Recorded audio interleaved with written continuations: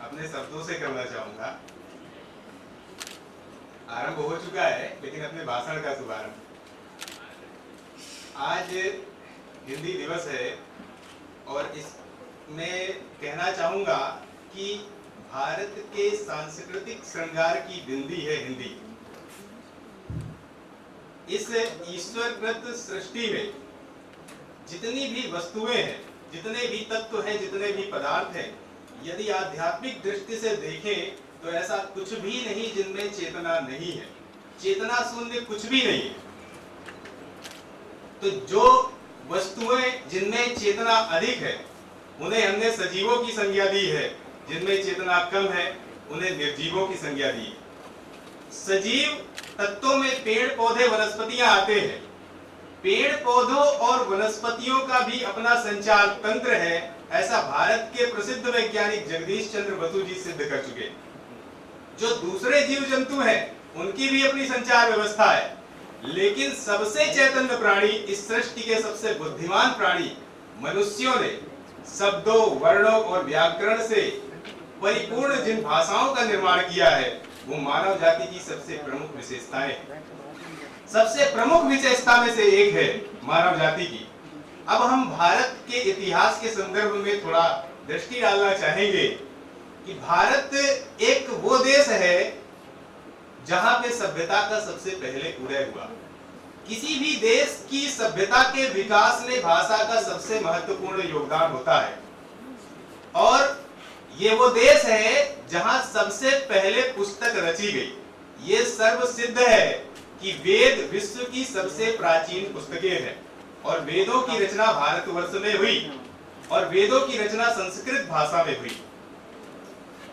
तो जब इस देश में संस्कृत भाषा से एक लिपि का आविष्कार हो चुका था और पुस्तक लिखी गई, इसके पश्चात इस हमारे जो पूर्वज थे उन्होंने अपने ज्ञान की जो धरोहर थी उन्होंने भी जो पुस्तकें रची संस्कृत भाषा में रची। पूरे भारतवर्ष में संस्कृत बोधगम्य और आपस में चर्चा की भाषा रही। इसका एक छोटा सा दृष्टांत मैं प्रस्तुत करना चाहूंगा। राजा भोज, महाभारत काल के बहुत समय आगे तक भी संस्कृत भाषा आपस में चर्चा की भाषा रही, बातचीत की भाषा रही। इसका मैं उदाहरण प्रस्तुत करूंगा। उज्जैनी के सम्राट राजा भोज, सब लोगों ने शायद नाम सुना ही होगा। वो अपनी प्रजा का हालचाल जानने के लिए नगर भ्रमण किया करते थे। नगर भ्रमण के दौरान एक बार उनके सामने एक लकड़हारा निकलता है जो वृद्ध था और अपने कंधे पे लकड़ी का गट्ठर रखा हुआ था। उस बोझ को देखकर राजा भोज को दुख हुआ। उन्होंने उससे पूछा, संस्कृत में पूछा, कथम तो भारम न बाधती। इसका अर्थ है, क्या तुम्हें इस भार से कष्ट नहीं होता? तो उस लकड़हारे ने उत्तर दिया था, यथा बाधति बाधते राजन तथा भारम न बाधते। यहाँ पे मैं स्पष्ट करना चाहूंगा कि संस्कृत एक ऐसी समृद्ध भाषा है जिसमें धातु के 3 प्रकार के रूपों का उपयोग होता है। यहाँ पे राजा ने भाषाई त्रुटि की थी, व्याकरण संबंधी त्रुटि की थी, और उस लकड़हारे ने उसे पहचान लिया था। आत्मनेपदी, परस्मैपदी और उभयपदी 3 प्रकार की धातुएं होती हैं, और बाध धातु जो होती है वो आत्मनेपदी होती है, और राजा ने वहां पे परस्मैपदी का उपयोग कर दिया था। और इसका बोध उस लकड़हारे ने अपने सभ्य तरीके से राजा को करा दिया। राजा लज्जित हो गया और उसने उस लकड़हारे से क्षमा मांगी। ये दृष्टांत प्रस्तुत करने का कारण केवल ये था जिससे ये सिद्ध हो सके, जिससे सभी ये परिचित हो सके कि भारत की जो सामान्य बोलचाल की भाषा रही वो कभी संस्कृत भाषा रही है। इसके पश्चात भाषांतर होते होते जब हिंदी का समृद्ध रूप हमारे सामने आया, उस समय भी कार्यालयों की भाषा संस्कृत रही, राजकीय भाषा संस्कृत रही, राज दरबारों की भाषा संस्कृत रही। लेकिन हिंदी में रचनाएं उस समय तक आरंभ हो चुकी थी। और अभी जैसा कि आदरणीय कुलाधिपति महोदय ने कहा कि भारत के वीर सम्राट पृथ्वीराज चौहान के महामंत्री चंद्रवरदाई ने अपनी रचना पृथ्वीराज रासों में लिखा है कि 4 बांस 24 गज अंगुल अष्ट प्रमाण, ता ऊपर सुल्तान है मत चूके चौहान। तो इस तरह की रचनाएं आरंभ हो चुकी थी। लेकिन उसके बाद भारत में आक्रमण हुए, भारत में विभिन्न आक्रमण हुए, मुगल आक्रांता आए, ब्रिटिशर्स आए, ये सारे लोग आए, और जब ये लोग आए तो इन लोगों ने अपनी भाषाएं भारत में आरंभ कर दी। इन्होंने कार्यालयों की भाषा, शिक्षा की भाषा अपनी भाषाएं कर दी। पहले उर्दू भाषा का प्रचलन हुआ, उर्दू भाषा शिक्षा का माध्यम बनी, और वो कार्यालयों की भाषा, प्रशासनिक भाषा भी उर्दू हुई। उसके पश्चात जब अंग्रेज आए तो उन्होंने उर्दू का स्थान अंग्रेजी को दे दिया। अब यहाँ पे ये प्रश्न उठता है कि उन लोगों को यहाँ पे शासन करना था, तो वो थोड़े से लोग थे, वो चाहते तो वो भारत की भाषा सीख सकते थे ना, वो सीख सकते थे, वो बहुत कम लोग थे, लेकिन वो भाषा सीखे नहीं, उन्होंने अपनी भाषा पूरे देश के ऊपर लाद दी। ऐसा क्यों हुआ? क्या ऐसा स्वाभाविक रूप से हो गया? ये जानबूझकर किया गया था, इसलिए किया गया था। इसके उत्तर में हमें एक दूसरे प्रश्न का उत्तर खोजना होगा कि राष्ट्र कहते किसे? क्या राष्ट्र केवल एक भूमि का टुकड़ा होता है? राष्ट्र केवल एक भूमि का टुकड़ा नहीं होता। राष्ट्र वो होता है जो वहां रहने वाले लोगों से निर्मित होता है, वहां रहने वाले लोगों की संस्कृति से निर्मित होता है, वहां रहने वाले लोगों की उस भाषा से निर्मित होता है जो उनके पूर्वजों के ज्ञान, उनकी परंपराओं को संजो कर रखती है। ये वो भाषा होती है जिसे सुनते ही उस देश का नागरिक आत्मीयता का बोध होता है उसे। ये वो भाषा होती है जिसे सुनते ही उस देश के नागरिक के भीतर स्वाभिमान जागृत होता है। ये वो भाषा होती है जिसे सुनकर उसका राष्ट्र भाव जागृत हो जाता है। अब सोचिए, जिस देश के नागरिक के भीतर राष्ट्र भाव जागृत होगा, क्या उस देश के लोगों को पराधीन किया जा सकता है? कभी नहीं किया जा सकता। और ये वो सारे लोग जानते थे जो इस देश पे आए और इस देश पे आधिपत्य स्थापित करने का षड्यंत्र किया। इस संबंध में कुछ और बिंदु रखना चाहूंगा। पिछली बातें तो चली गई, लेकिन अभी जो सबसे तत्कालीन पराधीनता रही वो अंग्रेजों की रही है, उस पर बात करूंगा कि ब्रिटेन के एक बहुत विद्वान व्यक्ति, उनके अपने विद्वान व्यक्ति थॉमस बेबिंगटन मैकॉले सन 1834-35 में भारत आए। कुछ दिन भारत में रहे, फिर वो चले गए और उन्होंने ब्रिटिश की पार्लियामेंट में एक अधिनियम पारित कराया कि भारत में अंग्रेजी माध्यम की शिक्षा दी जाए। वो 1840 में तो बन गया था, लेकिन पारित हुआ 1853 में। और जब वो पारित हुआ पार्लियामेंट में तो वहां पे भाषण हुआ उनका।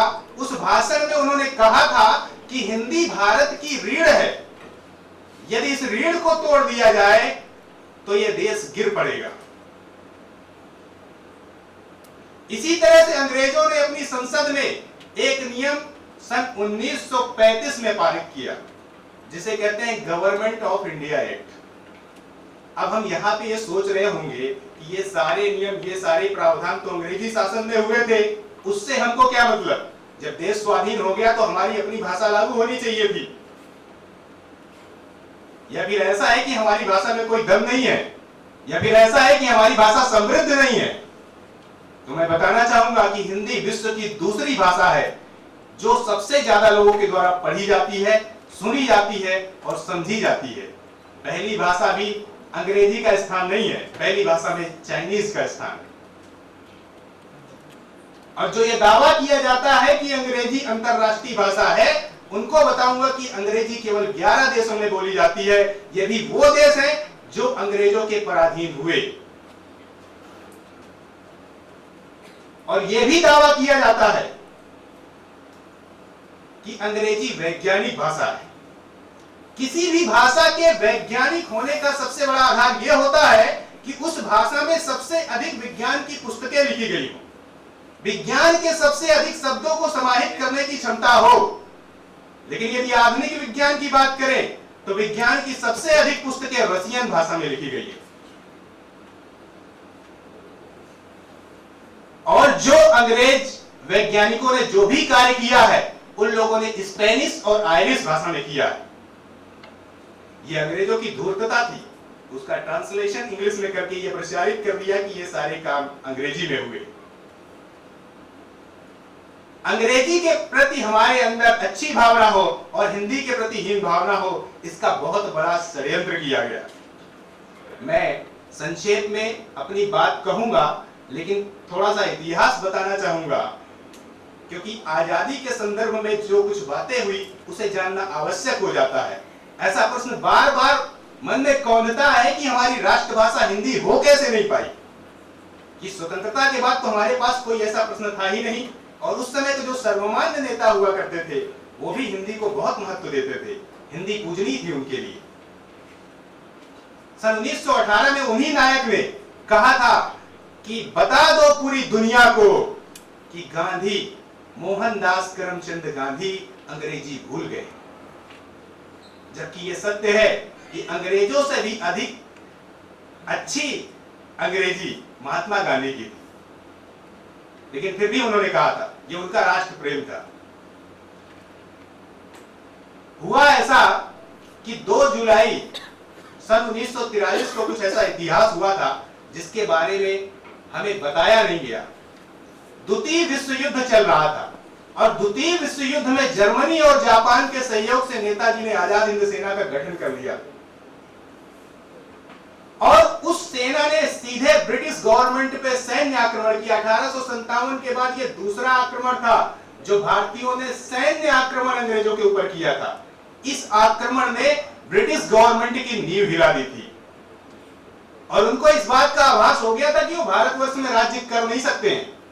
और दूसरी तरफ देश के नेताओं ने इस देश की जनता को इतना जागरूक कर दिया था कि उस जनता ने अंग्रेजों से असहयोग कर दिया, उन्होंने कर देना बंद कर दिया, उन्होंने स्वदेशी पर जोर दिया। ईस्ट इंडिया कंपनी जर्जर हो गई, और इस संबंध में ब्रिटेन ने अपने सबसे परम मित्र अमेरिका को एक लेटर लिखा, और लेटर लिखकर उसमें बताया कि अब हम भारतवर्ष को अपने अधीन नहीं रख सकते, इसलिए उसको स्वतंत्र करना चाहते हैं। तो अमेरिका ने इसके उत्तर में एक लेटर ब्रिटेन को सौंपा था, जिसमें उन्होंने कहा था कि भारत को स्वाधीन कर दो, यह तुम्हारी व्यवस्था है, यह तुम्हारी व्यवस्था है कि तुम भारत को अपने अधीन नहीं रह सकते, लेकिन जब भारत को स्वाधीन करने जा रहे हो तो भारत को वेस्टर्न ऑर्बिट में ही रखना। मतलब भारत अपने रास्ते नहीं चलने पाए, भारत स्वदेशी के रास्ते पे नहीं चलने चाहे, भारत की भाषा, भारत की भूषा, सब कुछ हमारे अनुसार होनी चाहिए। इस पत्र को अंग्रेजों ने अपनी नीति का आधार बनाया। किसी भी प्रकार का अनुबंध स्वतंत्रता में नहीं होना चाहिए, लेकिन हमने अनुबंध किया स्वतंत्रता में। स्वाधीनता जब हमें दी गई तो एक एग्रीमेंट भारत के नेताओं और अंग्रेजों के बीच में हुआ, जिसे ट्रांसफर ऑफ पावर एग्रीमेंट कहा जाता है। अंग्रेजों ने अपनी पार्लियामेंट में एक अधिनियम पारित किया, इंडियन इंडिपेंडेंस एक्ट। इन सारे एक्ट और इन सारे प्रावधानों का मैं यहाँ पे वर्णन इसलिए कर रहा हूं कि हमारी हिंदी राष्ट्रभाषा नहीं है, उसकी जड़ में ये सारे तत्व हैं। तो मैं बताना चाहूंगा कि इस अधिनियम में और इस एग्रीमेंट में कुछ ऐसी बातें हुई कि अंग्रेजी का जो स्थान अंग्रेजों के समय में था, वो स्थान स्वाधीनता के बाद भी रहना चाहिए।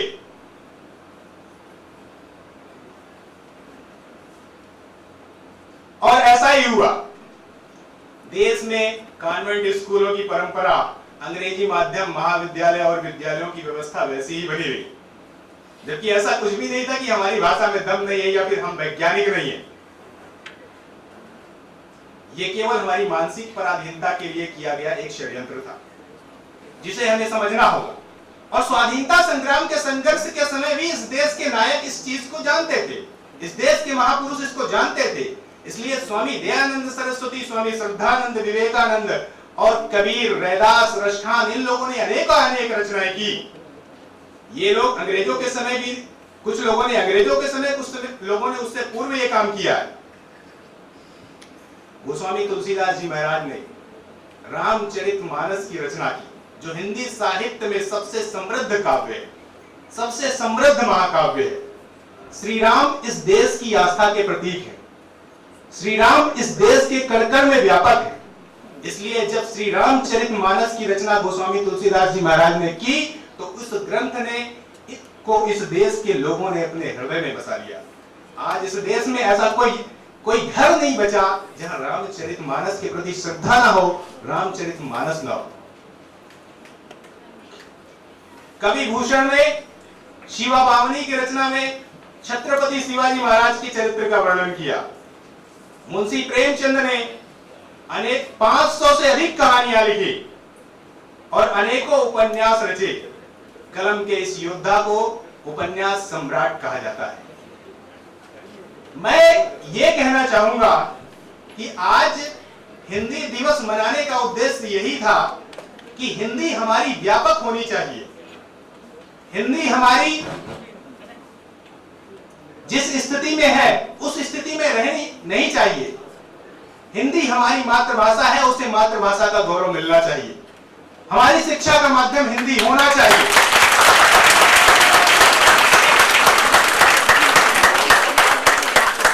अंत में समयाभाव के कारण मैं 2 पंक्तियों में अपनी बातों को विराम दूंगा कि जो भरा नहीं है भावों से, बहती जिसमें रसधार नहीं, मनुज नहीं वह पत्थर है, हृदय नहीं वह पत्थर है, जिसमें स्वदेश का प्यार नहीं। बहुत शुक्रिया विजय जी। और अभी थोड़ी देर पहले हमारे कुलाधिपति डॉक्टर विक्रम सिंह ने कहा था कि जो भी रामचरितमानस की 15 को कह देगा उसे 5000 रुपए का नगद पुरस्कार मिलेगा। तो मैं उसे मंच पर आमंत्रित करना चाहूंगी, बुलाना चाहूंगी। कृपया मंच पर आए। क्या हमारे बीच उपस्थित नहीं है? चलिए ठीक है। तो ये एक ओपन मंच है आप सभी टीचर्स के लिए, प्रोफेसर्स के लिए, जो भी आकर अपनी कविता, अपनी कहानी कहना चाहे। रुचिका मैम, कोई कविता? गुलशन सर, प्रिया, कोई और भी करना चाहे तो कर सकता है। खत्म हो गया? वोट ऑफ थैंक्स दे दो। नहीं, वोट ऑफ थैंक्स तो होगा। वोट ऑफ थैंक्स ले दो सर।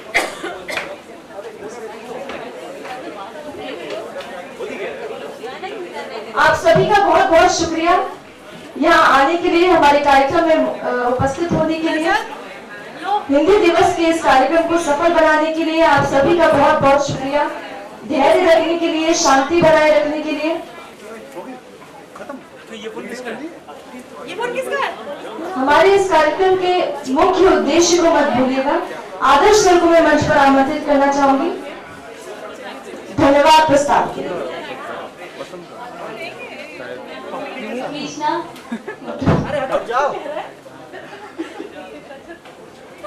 आज हिंदी दिवस को सफलतापूर्वक मनाए जाने के उपलक्ष्य में आप सभी को बधाई और हमारे विश्वविद्यालय के कुलाधिपति डॉक्टर विक्रम सिंह सर का आभार कि वो समय निकाल करके हमारे कार्यक्रम में आए।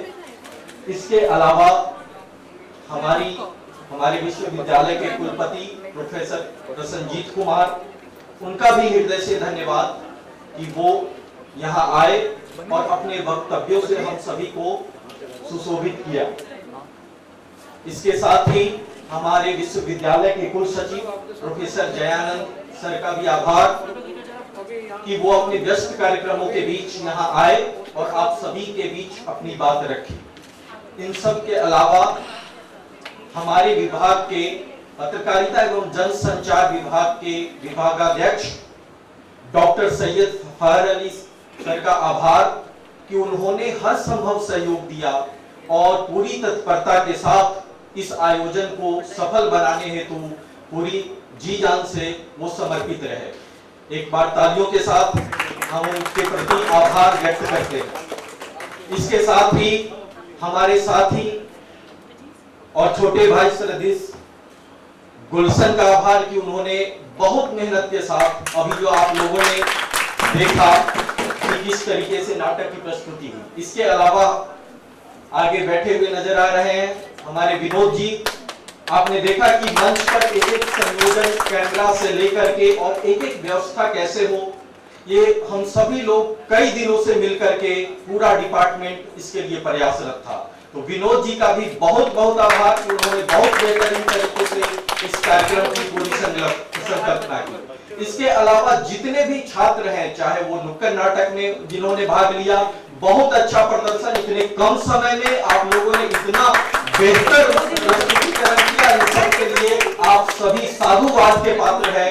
आपकी जितनी प्रशंसा की जाए उतनी कम है। इसके साथ ही मंच संचालन अच्छा रहा, आप सभी लोगों ने, जानवी, अनुपमा और जितने भी छात्र आगे बैठे हुए सभी ने पिछले कई दिनों से बहुत मेहनत की है। तो आप सभी को इस आयोजन से बल मिलेगा और आगे आने वाले समय में हमारा विभाग डॉक्टर सैयद फहर अली सर के नेतृत्व में और भी कई सारे कार्यक्रम का आयोजन करेगा और हम सभी इससे लाभान्वित होंगे। तो बहुत बहुत धन्यवाद, बहुत बहुत साधुवाद।